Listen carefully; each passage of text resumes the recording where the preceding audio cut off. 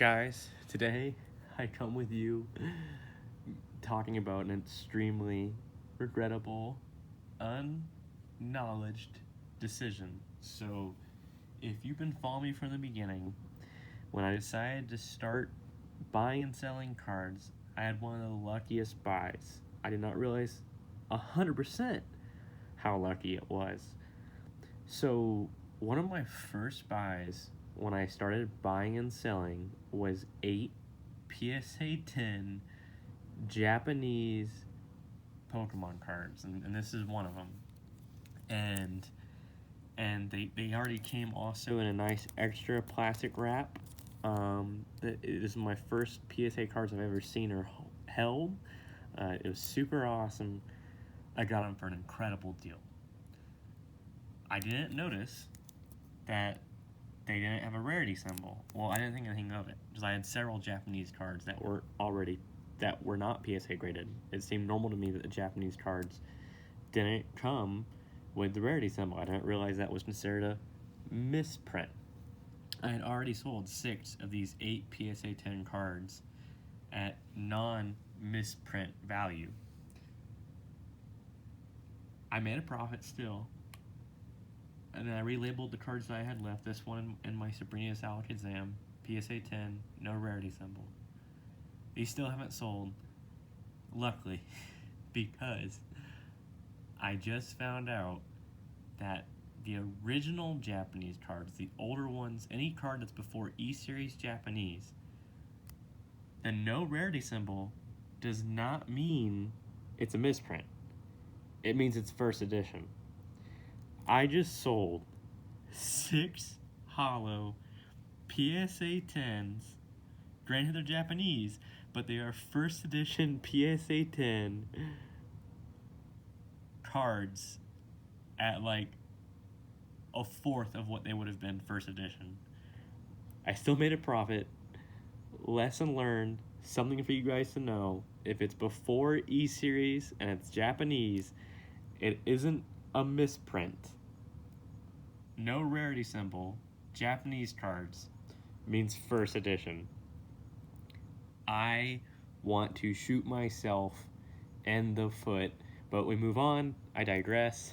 This is my series of going through bulk, presented to you by BCW Card Sleeves. When you need the cheapest sleeves possible, get BCW Card Sleeves, because heaven forbid you make the mistake of selling first edition cards at the price of non-first edition prices. And I also didn't claim misprint prices at the time either. So that is my extremely massive mistake. I'm going to have a hard time sleeping tonight knowing what I did. I would probably get over it if it was just one card, shake it off. Knowing that it was 6 PSA 10 first edition cards that would have made them way pricier. I know they're Japanese, but you have to understand that first edition hollow PSA 10 is such a huge multiplier that even if the card is Japanese, it doesn't matter. And I feel like vomiting. This is a really hard episode to do. It's probably just because I wouldn't consider that someone would sell me 8 PSA 10 first editions. I was already surprised at the price I got them. So I wasn't considering the dude was selling me first edition cards. I mean, I guess he didn't know either. And that's fine. If you don't believe me, look it up. Because that's how I found out. I thought something was strange. I did some more research. And now I have an insane, massive headache. I mean, that is a big oof. Can I get some F in the chat, boys? I mean, 6 PSA 10 hollow first editions. I think I sold those 6 PSA 10s maybe for a total of like $450, $500, when just one of them would have been $300 to $500. I feel sick to the stomach. I don't know what to do. I feel like someone's punched me. I'm at a loss for words. I really am. So if you're new to this, this is just me chilling, ranting, looking for rares and anything worth penny sleeving off the bat. If you don't know, I try and penny sleeve everything, but to save time and get cards out the door, I just right now try to penny sleeve certain cards. This episode is brought to you by BCW Penny Sleeves. They were kind enough to send me a whole bunch of free sleeves, as long as I keep giving them shout outs for when I sleeve up my bulk. They also are cheaper than other sleeves, not like cheaply made as far as I can tell. They do the job. If you're like me, I penny sleeve stuff in secondary sleeve with a top loader or something a little bit more rigid. The penny sleeve is just to prevent scratching. It won't prevent like heavy damage, weight, stuff like that to it, bends and creases. It just kind of prevents scratches. I'm sorry, I was just looking at rarity symbols there, folks. Oh man, it's a cool Grimer, but he ain't rare or hollow in any way. So yeah, that's just, that is my story, and that is just beyond upsetting. Trying to keep this venue short. I got one more stack right here. I got tons of stacker bulk. Let me reassure you that. I just meant right here to go through.